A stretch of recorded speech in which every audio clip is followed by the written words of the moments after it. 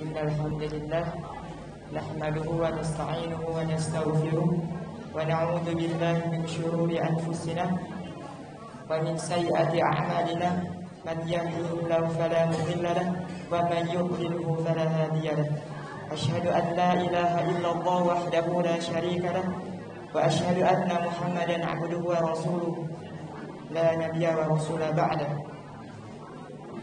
Qala Allah ta'ala fil kitabil karim a'udzu billahi minasy syaithanir rajim. Ya ayyuhalladzina amanu taqullaha haqqa tuqatih wa la tamutunna illa wa antum muslimun. Wa fi ayatil ukhra ya ayyuhalladzina amanu taqullaha wa qulu qawlan sadida yuslih lakum a'malakum wa yaghfir lakum dhunubakum wa man yuti'illaha wa rasulahu faqad faza fawzan 'azima. Fa in asdaqal hadithi kitabullah wa khairul hadi hadi Muhammadin sallallahu alaihi wasallam wa syarrul umuri muhdatsatuha wa kullu muhdatsatin bid'ah wa kullu bid'atin dhalalah wa kullu dhalalatin finnar. Amma ba'du. Segala puji bagi Allah.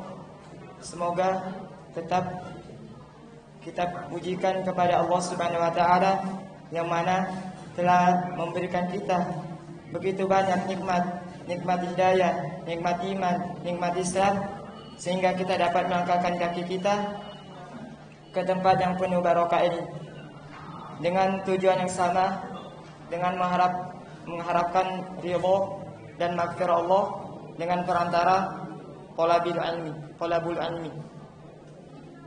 Salawat serta salam tak lupa kita junjungkan kepada Nabi Muhammad sallallahu alaihi wasallam, kepada keluarga beliau, kepada para sahabat beliau, kepada tabi'in beliau, dan kepada kita selagi umatnya hingga hari akhir.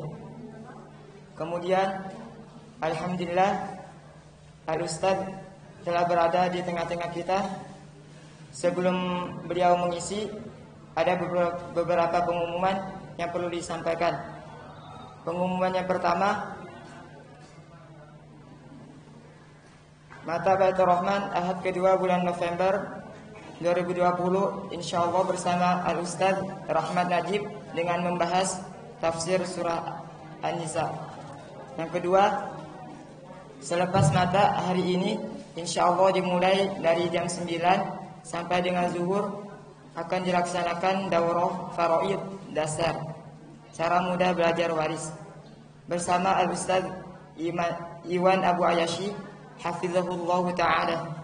Daurah di atas akan dilaksanakan selama 6 kali pertemuan, dilaksanakan setiap hari Ahad selepas mata dari jam 9 sampai dengan zuhur.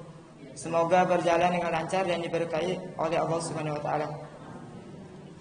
Kemudian kepada para jamaah untuk merapikan shafnya dan serta mengingatkan agar selama kajian senantiasa memakai masker dikarenakan masih dalam kondisi wabah.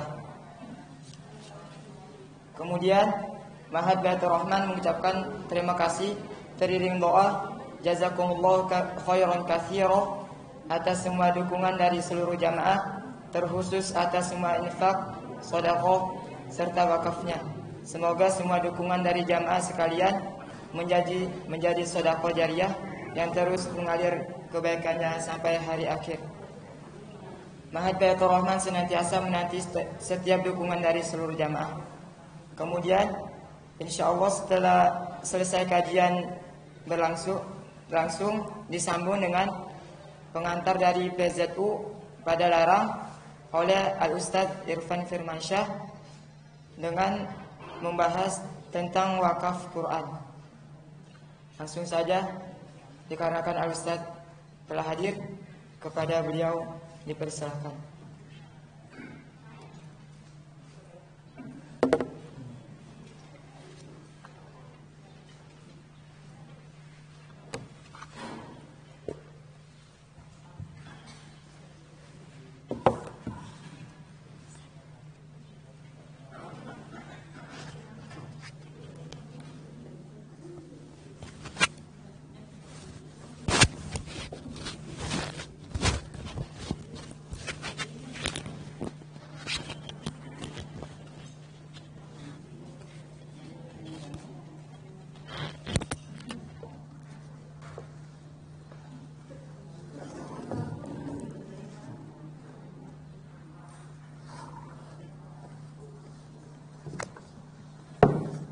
Alhamdulillah nahmaduhu wa nasta'inuhu wa nastaghfiruh wa na'udzu billahi min shururi anfusina wa min sayyiati a'malina. Asyhadu an la ilaha illallah wahdahu la syarikalah wa asyhadu anna Muhammadan abduhu wa rasuluhu alladzi la nabiyya wa la rasula ba'da. Allahumma sholli wa sallim wa barik ala Muhammad wa ala alihi wa sahbihi wa man tabi'ahum bi ihsan, amma ba'd. Direkam ini.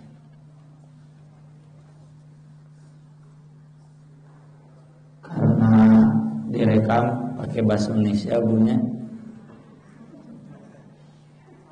Hadis nomor 72 halaman 183.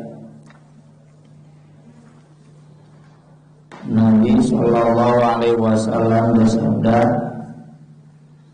innal 'abda la ya'malu 'amala ahlin nar wa innahu min ahlil jannah. Sesungguhnya seorang hamba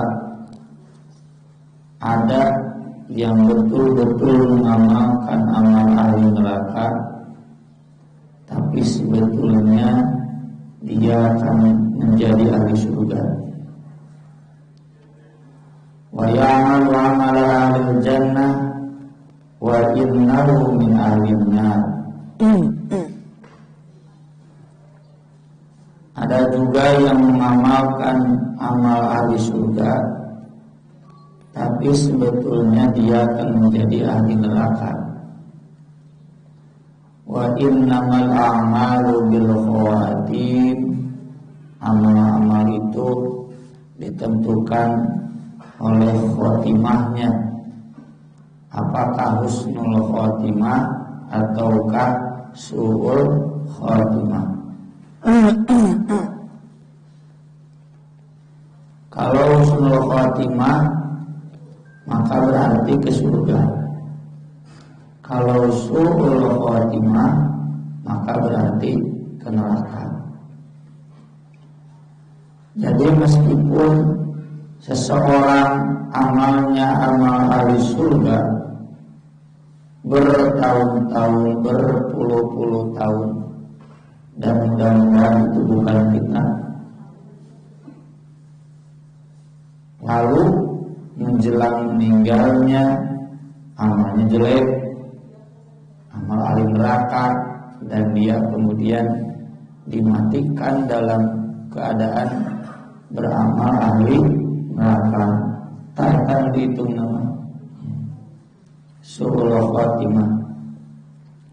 Sebaliknya, orang-orang yang amalnya ahli neraka, preman teh, bangsat teh, pelacur teh, maling teh, tapi kemudian menjelang wafatnya amalnya berubah menjadi amal baik dan dia mati dalam keadaan seperti itu, maka berarti dia mati dalam keadaan husnul khotimah dan akan menjadi ahli surga.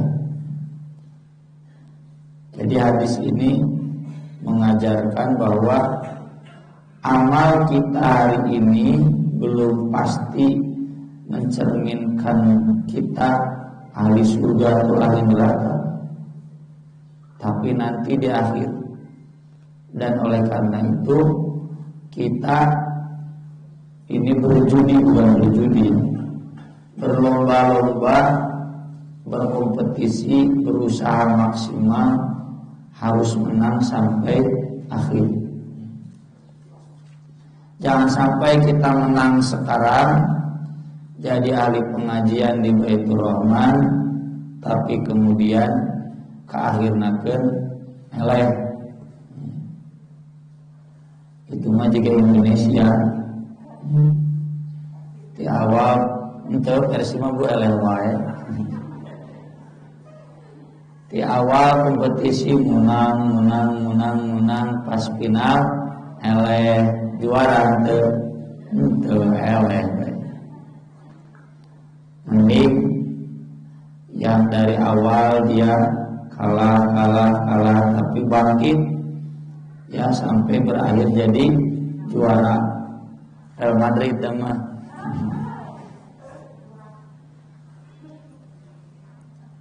Ini kita jangan banyak protes. Kok kenapa nggak hadir? Hadir, ya, sangat hadir. Berarti seseorang itu dituntut untuk istiqomah kan. Yang jadi ahli surga itu innal ladzina qalu rabbunallah tsummas taqamu. Kalau dia mati dalam keadaan su'ul khotimah, berarti dia tidak istiqomah. Harus istiqomah. Dan bukti istiqomah itu adalah husnul khotimah, berakhir baik. Sebaliknya buat orang-orang pelaku dosa besar juga ini sebuah harapan besar. Bahkan tidak mustahil. Saya, bapak-bapak, ibu-ibu, kita hari ini masih banyak dosa, ya kan? Seandainya mati sekarang, kemungkinan besar belum siap amal teh. Mudah-mudahan masih ada waktu, dan Allah tidak akan melihat hari ini. Allah melihatnya nanti di akhir. Masih ada waktu. Mari kita semua fastabiqul khairat. Pelaku dosa besar sekalipun jangan pernah putus asa. Selama nyawa di kandung badan, selama itu berarti ada kesempatan. Selama nafas belum dicabut, berarti masih ada kesempatan berubah. Dan Allah memberikan waktu untuk berubah itu. Hadis ini Nabi sampaikan ketika perang Badar.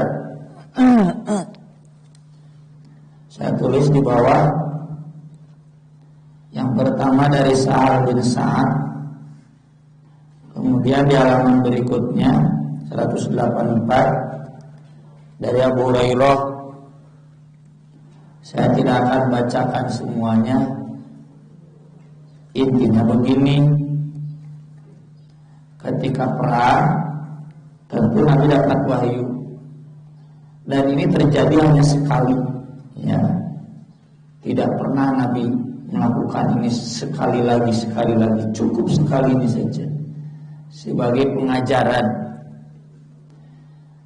Ketika para sahabat kagum dengan kehebatan seseorang yang tidak disebutkan namanya, kan tidak semua sahabat kita kenal namanya, tidak semua orang terkenal sama, ya. Di sini juga tidak semua saya kenal. Nabi kemudian memberitahu para sahabat bahwa orang itu ahli neraka. Semua kaget. Masa orang yang paling berani menghadapi musuh jihad lagi, jihad fisabilillah tuh, kok Nabi memvonis neraka? Kalau di hadis Sahal mah sahabat yakin, wah cenah neraka. Kalau di hadis Abu Hurairah mah sahabat yang kemudian memperhatikan tetap nggak yakin, masa ini akan menjadi ahli neraka. Kalau hadis Salman terus diikuti, ya. Kalau di hadis Abu Hurairah sampai balik lagi ke Rasul itu dia sudah terluka parah, dia tetap saja paling berani melawan musuh, masa ke neraka. Rasul tetap dalam sabdanya yang awal, min ahlin nar, pokoknya dia akan menjadi penghuni neraka. Baik di hadis Abu Hurairah, baik di hadis Sahal, betul saja ketika dia terluka parah, tidak kuat. Kalau di hadis Sahal mengambil pedang, kalau di hadis Abu Hurairah mengambil anak panah, bunuh diri. Bunuh diri kan dosa besar ya. Bunuh diri dosa besar. Maka dia berarti jadi su'ul khatimah. Nah ini yang gagal di final itu ini.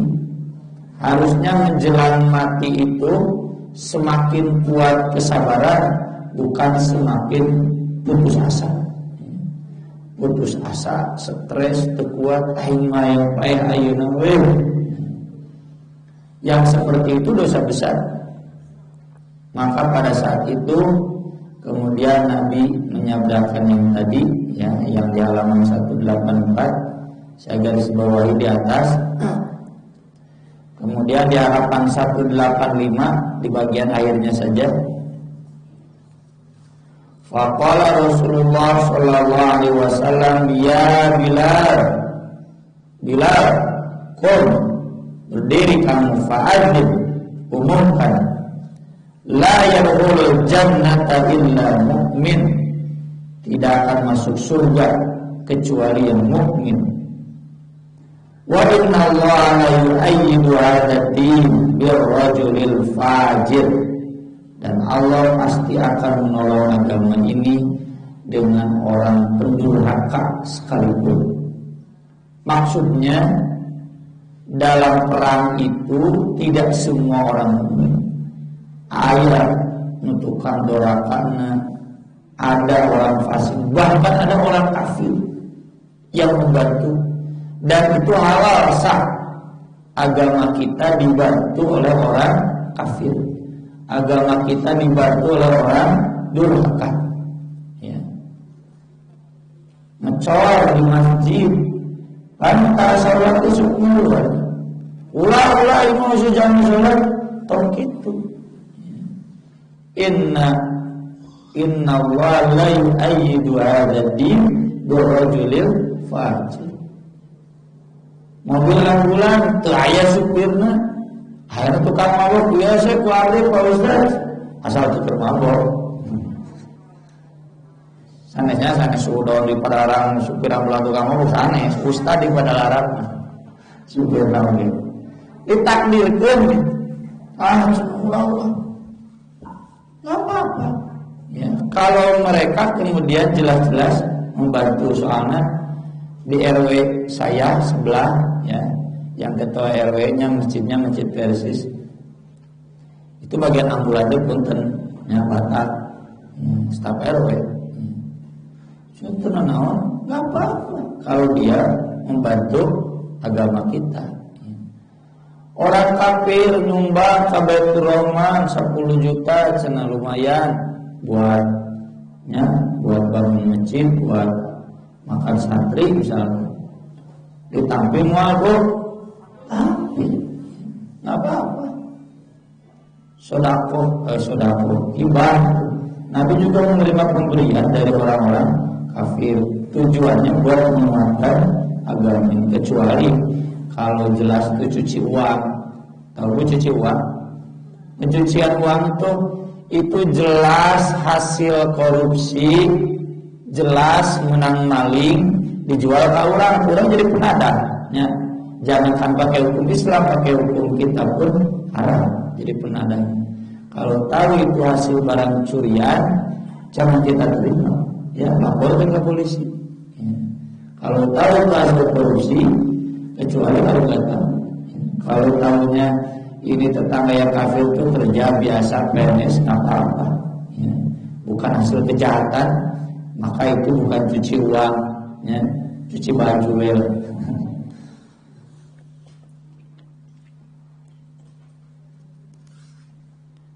Hadis ini sebetulnya mengingatkan kita dengan hadis-hadis yang lain. Saya tulis di dalam 186. Bahwa tidak semua yang ikut perang itu niatnya lillahi ta'ala. Nah semua. Zaman Nabi itu sudah begitu. Ada sahabat yang curhat, ar-rajul yuqatilu hamiyatan, ada orang itu berperang karena hamiyah. Hamiyah itu dendam. Kulantaran yang memerangi Abu Jahal, dia pernah punya dendam ke Abu Jahal. cenah gitu. Eta masih gak bener-bener siga Persi misalkan ngadukung Persita, padahal Persita main jeung Persija, karena teh ikhlas ngadukungna Hamiyah. Siga kitulah. Acara ibu teh teu ngantos nyapunten we. Ibu misalkan punya musuh orang kafir yang pernah menganiaya, yang kebetulan dia kemudian sedang diusut kasusnya oleh polisi. Polisi itu sebetulnya yang pernah ngilang ibu.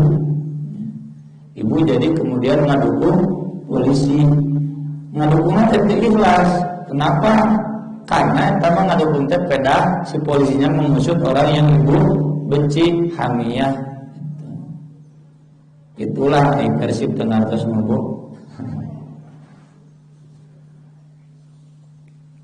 Yuqatilu saja'atan, ada yang memang saja'an karena dia pemberani saja, ya. Memang dia punya mental pemberani, resep gitu. Dia ikut kerja bakti di masjid itu karena memang punya karakter bawaan senang bekerja saja.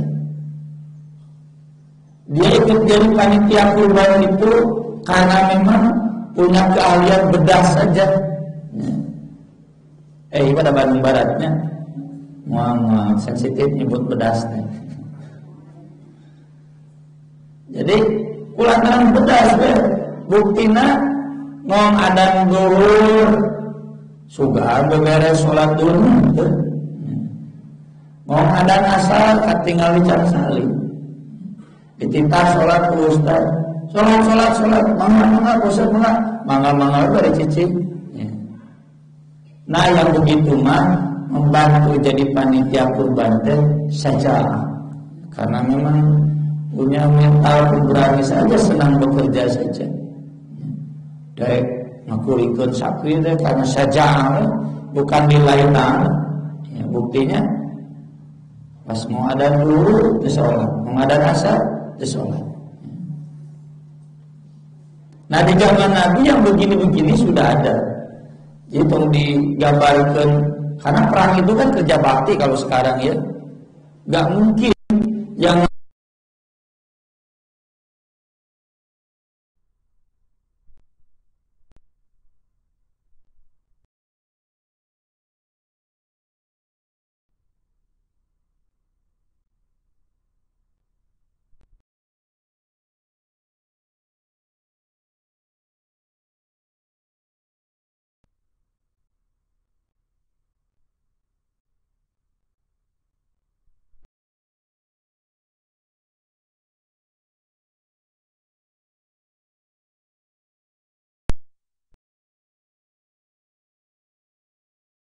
Abu Bakar, Umar, Abu Hurairah enggak ada anu punten kacing calang gitu.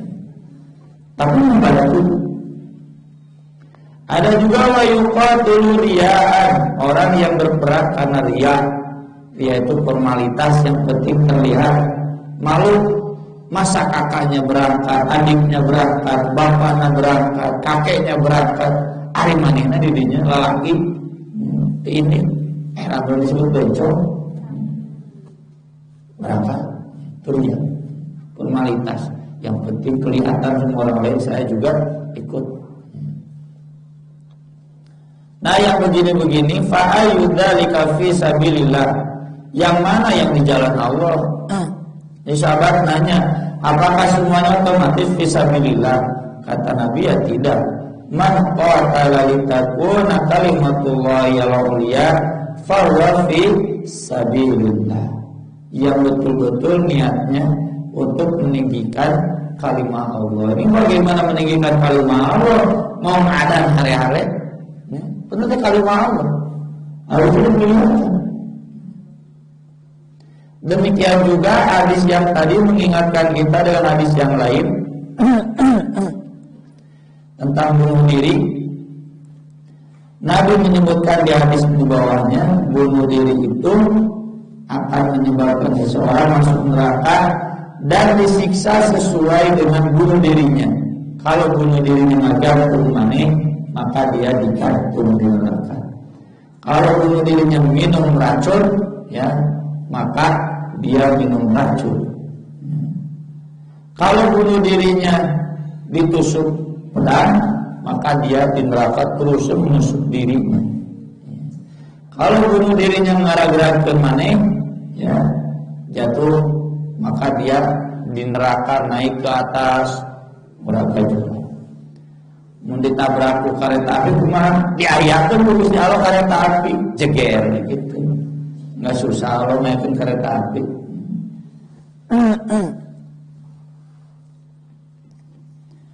Maka dari itu di hadis halaman berikutnya 187 Nabi SAW bersabda, la alaikum, janganlah kalian anna ta'jabu bi'adin, merasa takjub kepada seseorang. Takjub itu dua maknanya. Satu, takjub dalam artian kagum. Yang kedua, takjub dalam artian heran. Apalagi guru ustaz, kalau misalnya kamu udah bawa kamu bina-bina ulah.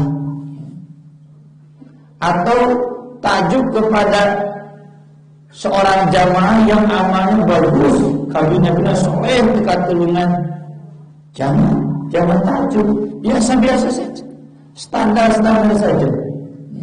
Jangan memuji berlebihan, jangan membenci berlebihan, standar saja. Seukur mengucapkan jazakumullah khairan katsiran boleh, ya. Seukuran memberikan hukuman yang sudah disepakati di aturan boleh, tapi jangan memuji. Seukuran memuji standar alhamdulillah, ya. Terima kasih atas jasa Pak Haji boleh. Tapi jangan kemudian berlebihan, lebay, yang memuji setinggi langit, ya. Serendah bumi saja, jangan setinggi langit. Mengapa? Hatta tanzuru bima yu'tamulah, sampai kalian melihat bagaimana nanti khotimahnya. Nanti kalau sudah tahu khotimahnya gimana, silakan boleh melihat. Tapi kalau kejelekan, la tasubul amwat, kembali ke hadis yang umum, jangan menghina yang mati. Kalau refleks menyinggung apa-apa, ya. Fa innal 'amila ya'malu zamanan min 'umrihi aw buratan min dari bi 'amalin shalih. Karena ada seseorang yang amalnya sekian lama dari umurnya, sekian lama dari masa hidupnya beramal soleh, lau mata alaida wal jannah, seandainya dia mati saat itu masuk surga, thumma yatahawwalu, malah berubah, fa ya'malu amalan sayyi'an, amalnya jadi rusak, ya. Sebaliknya, wa innal 'abda la ya'malul burhatan min dari bi amalin sayyi'. Ada seseorang yang amalnya sekian waktu lamanya amalnya jelek. Lau mata 'alaihi dawlanna, kalau dia mati saat itu pasti masuk neraka. Tapi tsumma yata'awwalu fa ya'malu amalan shalihan, amalnya kemudian berubah, amalnya menjadi sholih. Maka berarti dia beramal soleh. Ini kira-kira apa ya yang menyebabkan seseorang berubah, Bu? Iman berubah itu apa? Penyebabnya ya antara harta tahta wanita. Maksudnya wanita itu berarti termasuk pria. Harta karena dia nggak sabar miskin, ya. Kemudian dia terjebak dunia haram, dunia gelap, tidak mustahil. Jadi percayakan hukum, ya. dia jadi bergantung kepada bank tumiti bank dasi, bank emo, bank keliling, kabeh itu kadir. Padahal dia dulunya solih, ahli ngaji, staf cabang, krisis ekonomi, atau karena wanita, karena pria PIL, pria idaman lain, tidak puas dengan suaminya, tidak puas dengan istrinya, senang main, hancur rumah tangganya, hancur anak-anaknya, ya kan? Banyak lah. Kira aku kalau disebutkan contohnya hiji kayaknya yang gibah. Atau ada juga yang mohon maaf rusak karena saya lihat sendiri. Dia orangnya solih, ya, baca kitab sudah bisa, mustadan sudah bisa, meski belum jadi ustadz PD misalnya. Istrinya berjilbab, tapi anak tersandung kasus kenakalan. Walau dia sibuk, malu begitu nama era ku jamaah, era ku cabang, jauh dari masjid, udah. Walau alam sekarang anak-anaknya yang lain yang asalnya ahli masjid jadi ke bawah tuh. Kita nggak tahu sekarang dia di mana. Ada ngeting sok mana gitu Jumatan. Ada yang begitu gitu. Jadi karena anak yang intinya malu. Makanya saya sering ingatkan jamaah tol naikkan budak jilbaban.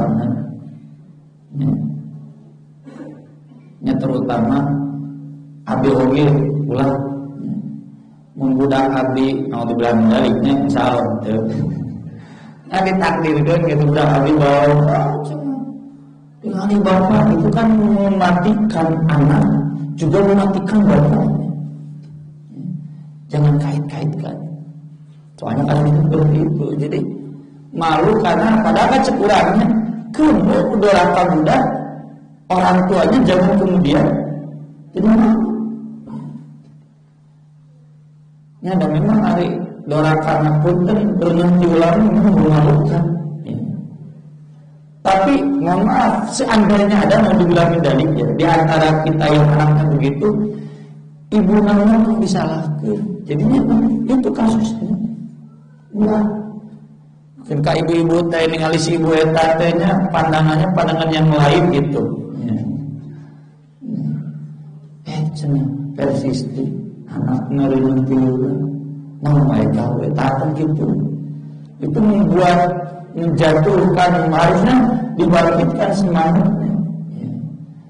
Bapaknya juga begitu ya. Atau mungkin kasusnya dosa bapaknya, dosa suaminya, dosa istrinya, atau dibawa salah kita, atau dibawa istrinya. Karena itu bisa mengubah amal. Termasuk tahta ya, yang dulunya dia lurus, nggak ada nafsu pejabat ya, nafsu jadi pimpinan ya, tapi karena terlalu bernafsu yang jadi ketua cabang wae Prabowo.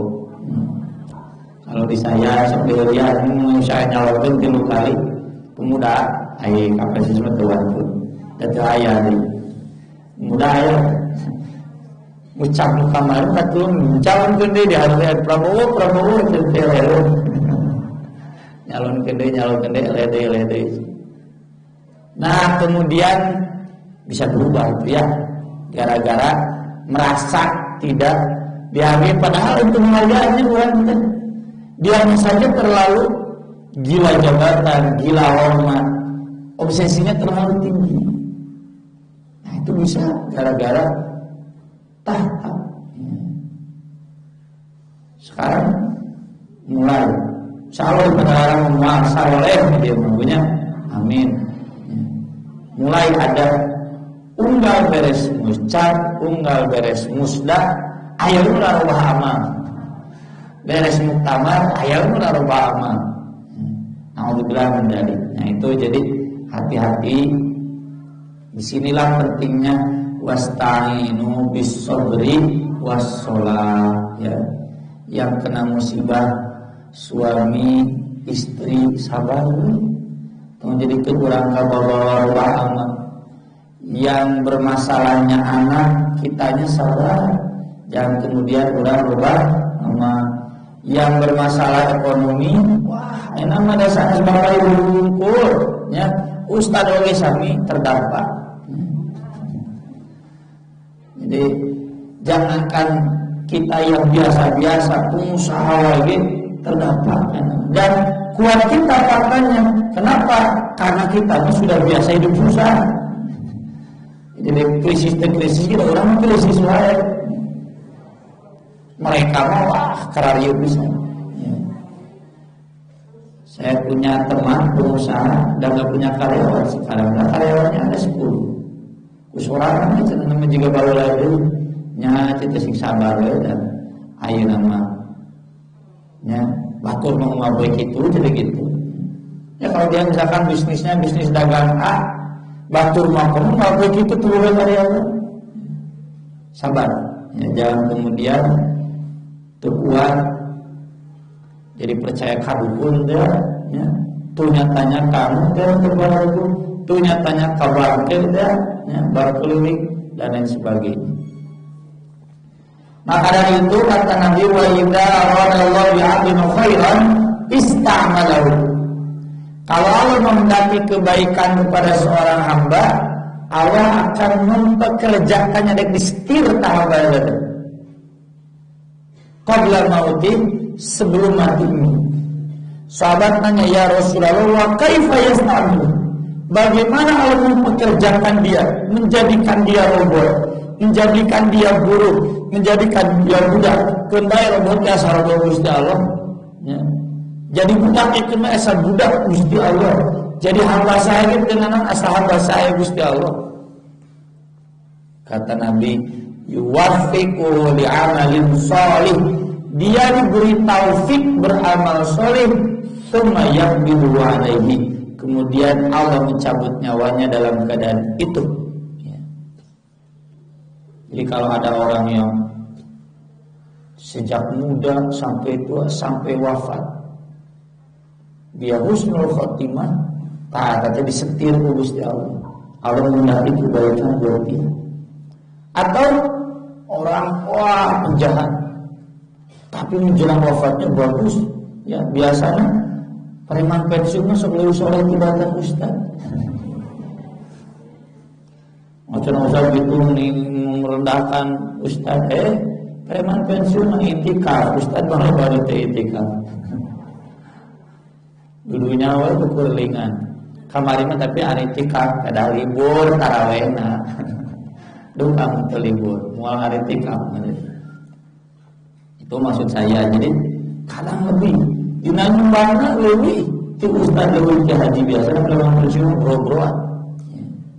Nah itu berarti beliau yastamilu disetir ku Gusti Allah. Bagaimana caranya agar kita dikehendaki kebaikan oleh Allah? Ya tentu beramal baik. Saya ingin seperti itu. Kata Ibnu Katsir, wala tamutunna illa wa antum muslimun. Atau sering berdoa dengan doa-doa yang Nabi contohkan dalam 188, ya muqallibal qulub tsabbit qalbi ala dinik.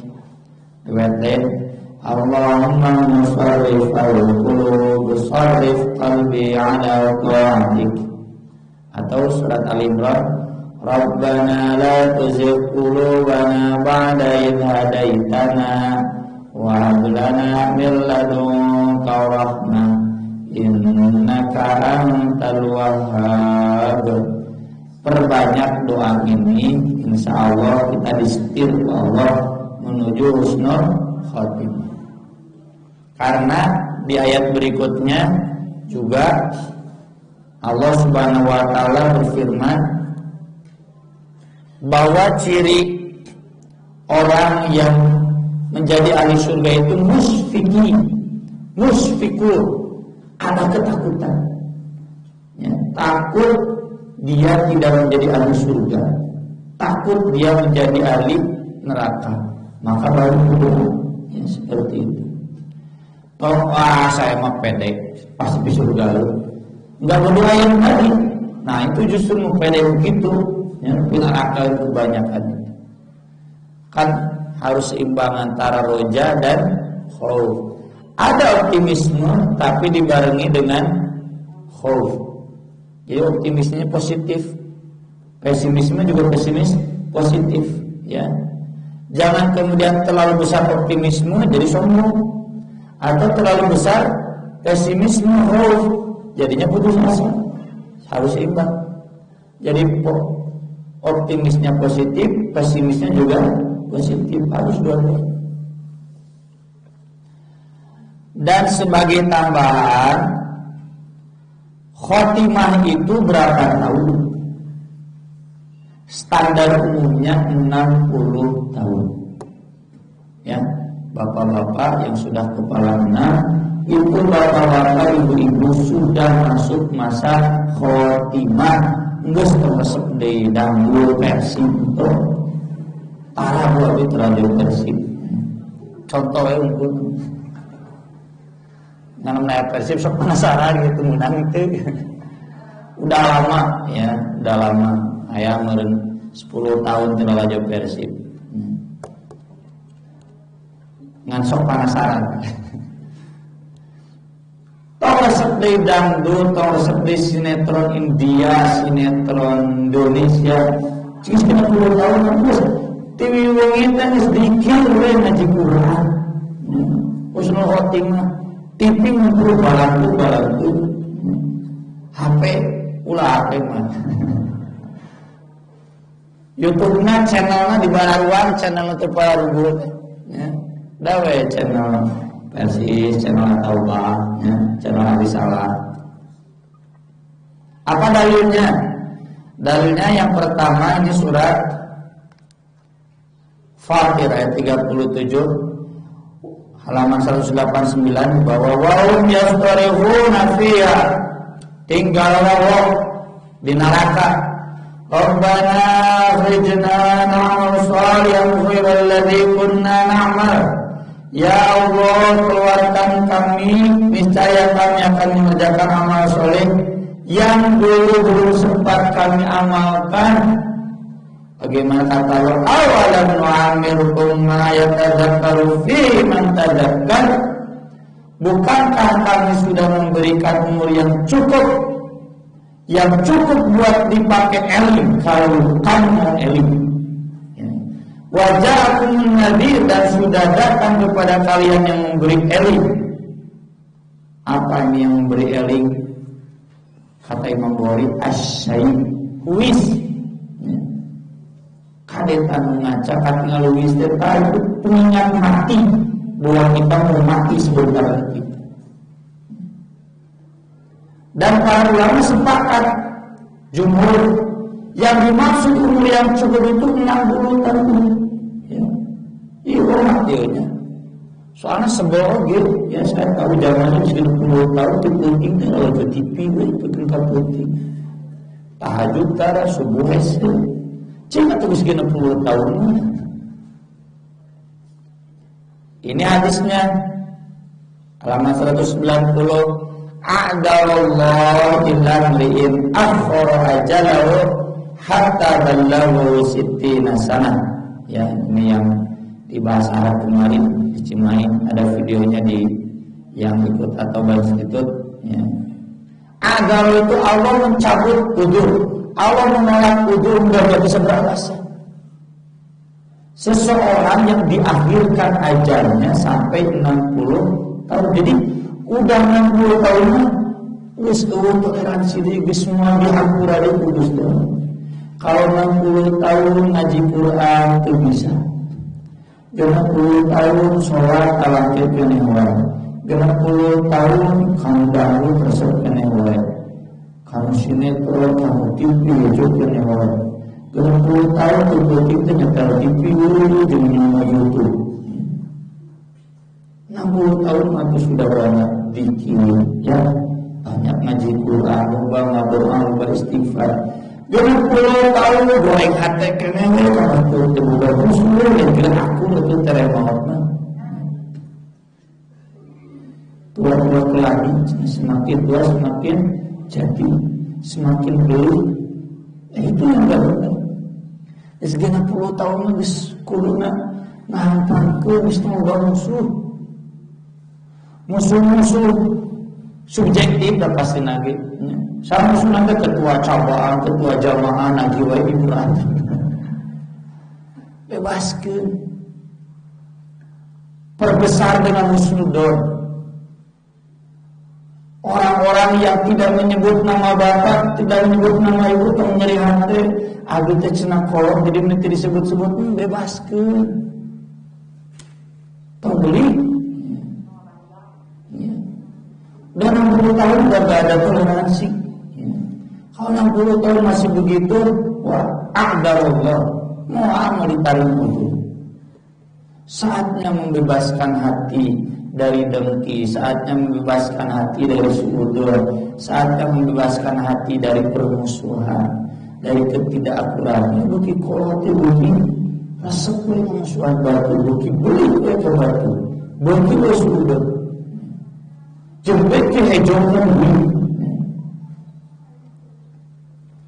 Meski demikian, ya, bukan berarti yang di bawah 60 poya-poyan puncak 60 tahun. Kenapa? Karena ada tuntunannya di halaman 191. Hatta idza balagha asyuddahu. Nah ini asyuddahu di sini saya ini harus ada sedikit ditambah ya. Kalau di materi yang kemarin saya tambah asyuddahu itu usia mulai dewasa. 17-18 tahun mulai balik, ya, mulai dewasa, mulai layak nikah. Kalau 17-18 tahun mungkin terlalu muda, tapi mungkin juga cukup, ya, tergantung rata-rata lah 25 lah gitu. Usia matang seseorang asyuddahu. Yang kedua wabalahu 40 sana sampai 40 tahun. Apa yang seharusnya dilakukan? Rabbi auzi'ni an ashkura ni'mataka allati an'amta 'alayya wa 'ala walidayya wa an a'mala shalihan tarda wa aslih li fi dhurriyyati inni tubtu ilaika wa inni minal muslimin. Jadi seharusnya udah usia mulai dewasa, usia 40 tahun itu mulai berpikir saya syukurnya sudah sejauh mana, mulai terima kepada orang tua sudah sejauh mana, saya anak-anak soleh sudah sejauh mana, amal soleh saya sudah sejauh mana. Dan memang umumnya begitu. Jadi kalau tidak begitu tidak umum ya. Jadi maksud saya yang tadi 60 tahun final, tapi bukan berarti di bawah itu kemudian Allah memberikan tuntunan mulai asyuddahu, mulai dia usia menikah, ya sudah kudu berpikir kene bau sanawiyah, muallimin, SMP, SMA, dan rata-rata kan kalau anak itu sudah mulai mau menikah, dia mulai bertanggung jawab. Rabbi auzi'ni. Kalau udah usia menikah hancur-hancuran kenewa, nah ini tidak normal. Yang kedua usia 40 tahun, ya, dan di sini saya banyak kutip ya keterangan, tapi terjemah kata Imam An-Nawawi, penduduk Madinah generasi salaf itu kalau sudah 40 tahun Pak meninggalkan dunia, fokus ibadah. Meninggalkan dunia itu berarti kemudian jadi pengemisnya.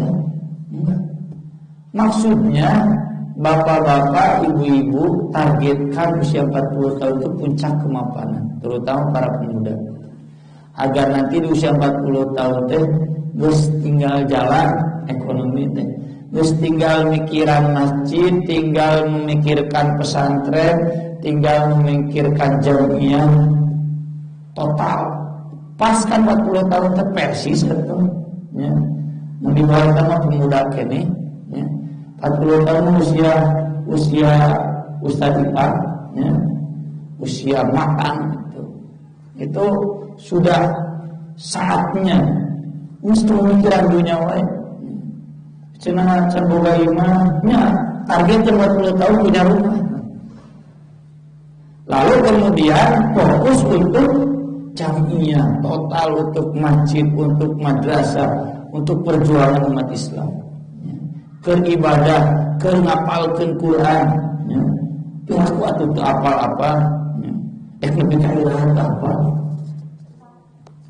Apa kan usah justru 30-nya lumayan daripada itu. Nah, ini semua ya sudah mulai itu jadi batasan awal mulai menikah. Ini perhatian pertama, muhasabah pertama. Muhasabah kedua 40 tahun. Hati-hati nih. Masa-masa khotimah juga. Usia perhatian terakhir itu 60 tahun. Ya. Ketika sudah 60 tahun sudah nggak ada lagi alasan.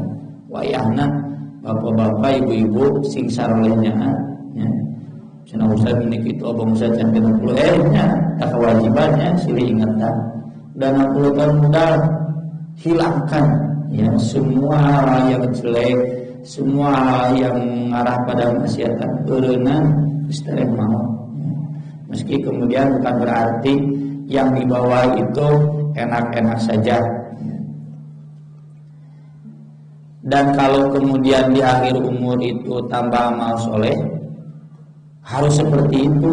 Nabi juga di halaman terakhir, ini halaman 192, beliau menjelang meninggal itu banyak membaca subhanaka wa bihamdik astaghfiruka wa atubu ilaik.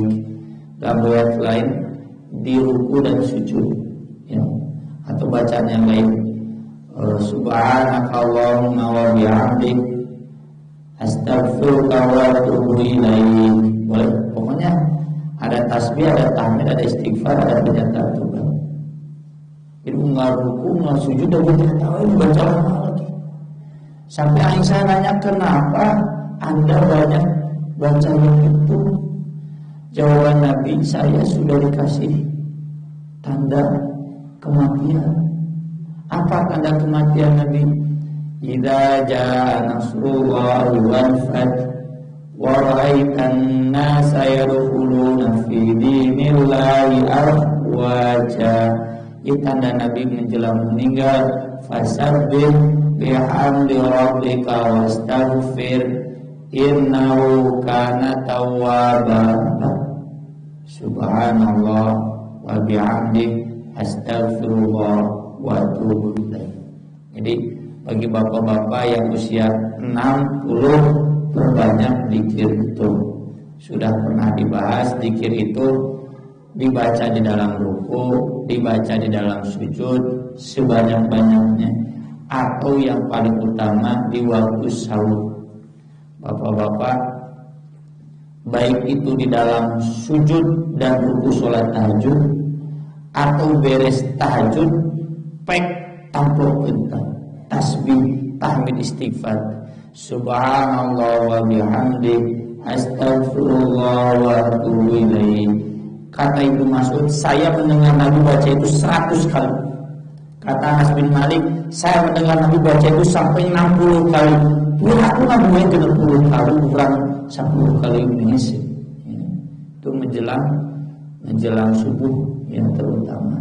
Ini bagi bapak-bapak, ibu-ibu yang usia 60, termasuk ya bagi kita yang masih di bawah 60, yang sudah menikah, yang sudah 40 tahun, perbanyaklah. Cuma memang penekannya terutama yang sudah 60 tahun. Aku qouli hada wa astaghfirullah li wa lakum. Wassalamualaikum warahmatullahi wabarakatuh. Barangkali ada pertanyaan, ya, mangga saya persilakan. Mangga Bu. Ini mic-nya Bu.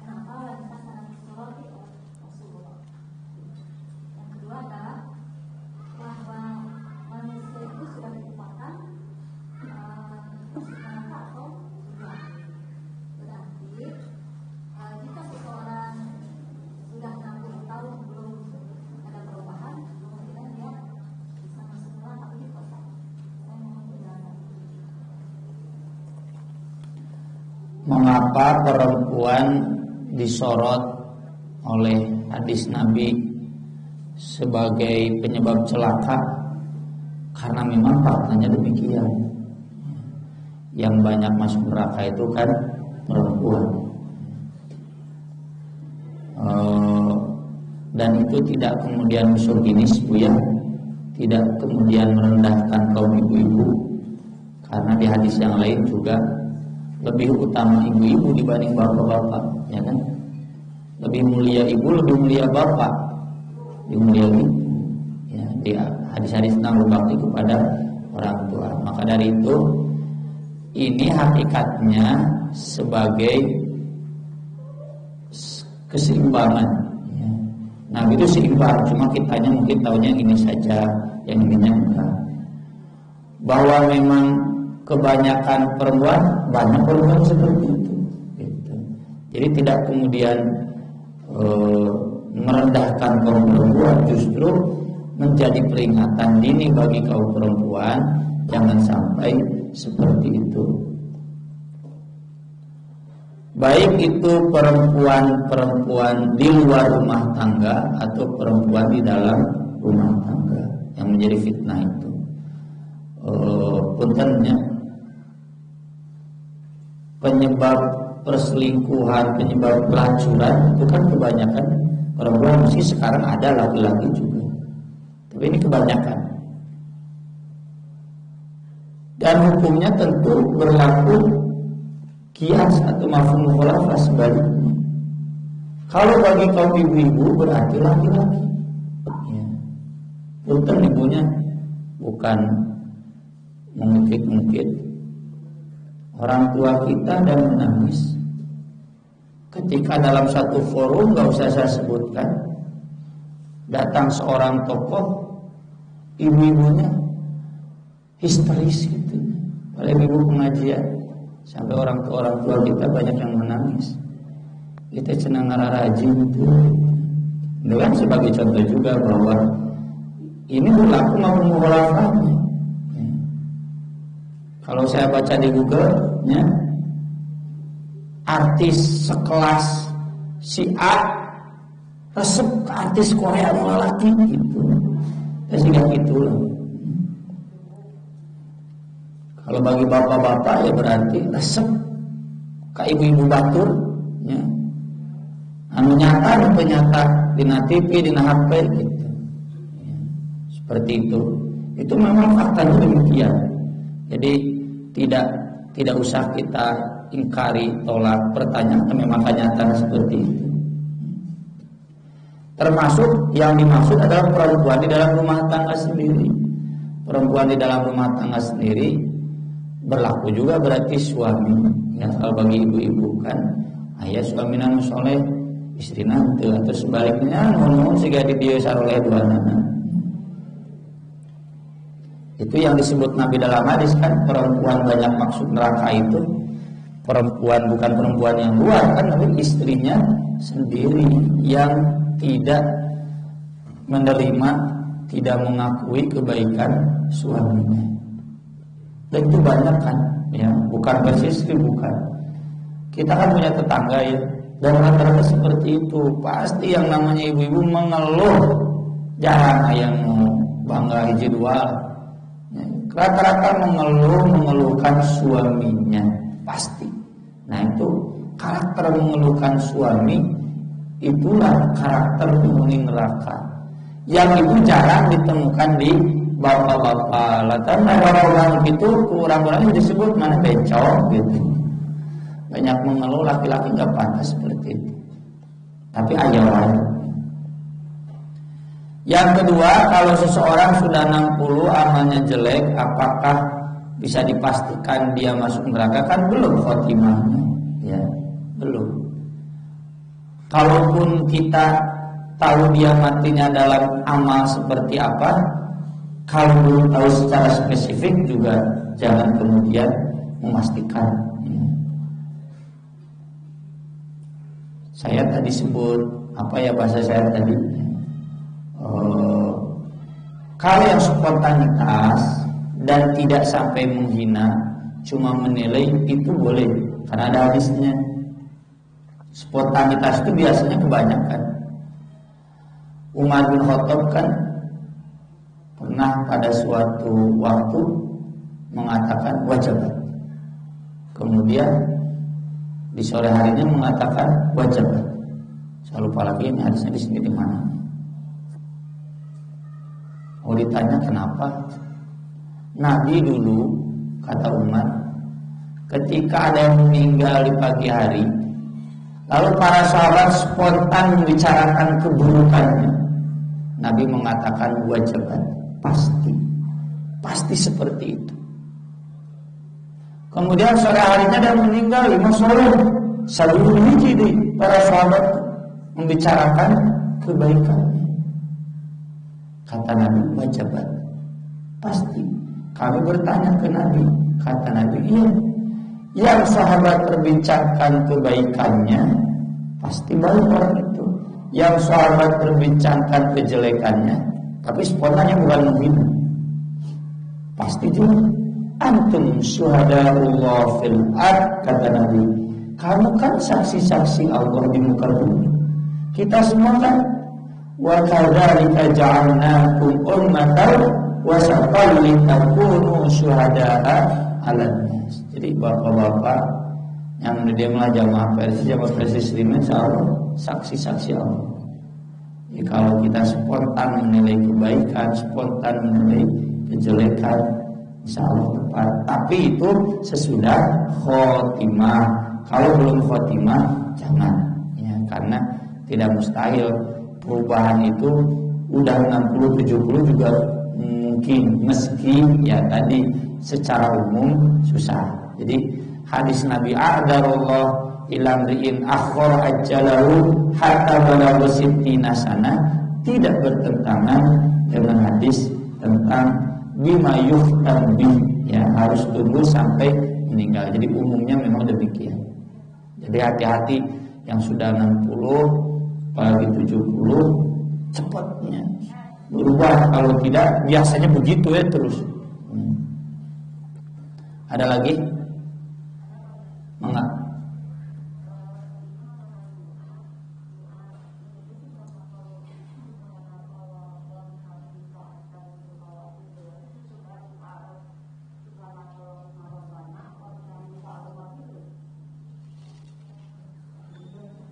Jadi doa ruku itu banyak, doa sujud banyak.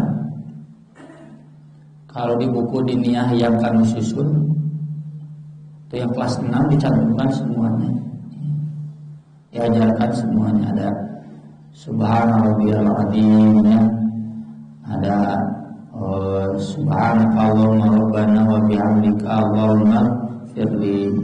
Ada subhanallah wa bihamdi astaghfirullah wa atubu ilaih. Ada subuhun qudusun rabbul malaikati wa ruh.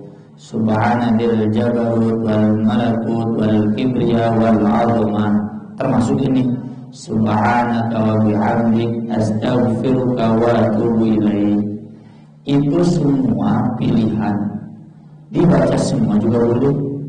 Dalilnya apa? Dalilnya Nabi kalau sholat malam bacanya panjang, maka rukunya panjang, sujudnya juga panjang.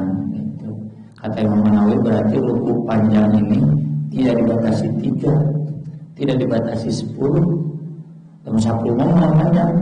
Ini kan Nabi baca Al-Baqarah, ya, rukunya kurang lebih sama, ya berarti sekitar 100 kali atau 200 kali. Ya. Makanya Hudzaifah bin Al-Yaman kapok, Ibnu Mas'ud kapok mau di tahajud jeung Nabi. Yaitu, nah berarti semua zikir ruku, zikir sujud yang Nabi ajarkan, kan Nabi enggak mengatakan harus ini, enggak boleh jatuh dengan ini. Itu semua sifatnya pilihan. Silakan dibaca, dipilih, silakan dibaca semuanya pun. Ya. Saya pribadi kalau dalam sholat tahajudnya karena sekarang jam 4 masih nyase, kecuali seperti tadi malam pada isya langsung we. Soalnya subuhna bisa nyase gitu. Kalau nyase saya pribadi dibaca semuanya tadi. Ya.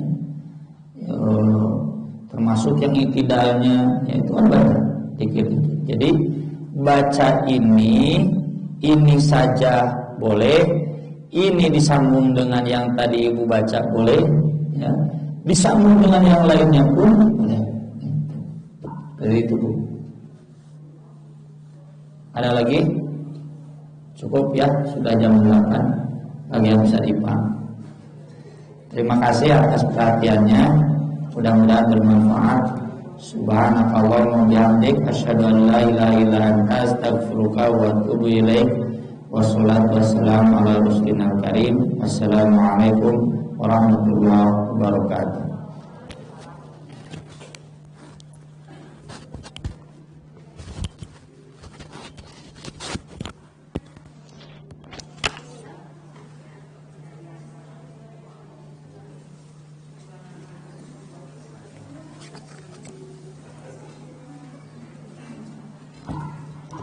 Bismillahirrahmanirrahim. Pengajian kita pada pagi hari ini berjalan dengan lancar. Semoga apa yang telah disampaikan Al-Ustaz bermanfaat, khususnya bagi beliau dan umumnya bagi kita semua. Ditutup dengan doa, Rabbana atina fid dunya hasanah wa fil akhirati hasanah wa qina adzabannar. Wassalamualaikum warahmatullahi wabarakatuh.